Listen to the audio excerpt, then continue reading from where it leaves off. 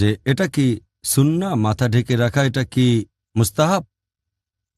এরকম অনেক হাদিস আছে যেগুলো বলছে যে নবী মুহাম্মদ সাল্লাল্লাহু আলাইহি সাল্লামের মাথা সবসময় ঢাকা থাকতো, হয় টুপি থাকতো অথবা পাগড়ি অথবা শিরস্ত্রাণ, আর সে সময় সাহাবাগণের মাথাও ঢাকা থাকতো।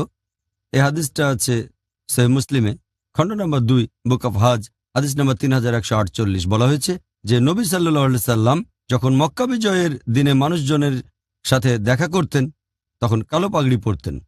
অনেক হাদিস বলছে নবী মাথা ঢেকে রাখতেন। এছাড়া আরেকটা হাদিসের বর্ণনা দিয়েছেন ইবনে ওমর। বলা হয়েছে যে মুহাম্মদ সাল্লাল্লাহু আলাইহি সাল্লাম সাদা টুপি পরে থাকতেন। বর্ণনা দিয়েছেন ইবনে ওমর। আর এটা ইমাম সৈয়দের মতে বলা হয়েছে এটা উঁচু মানের সহিহ হাদিস।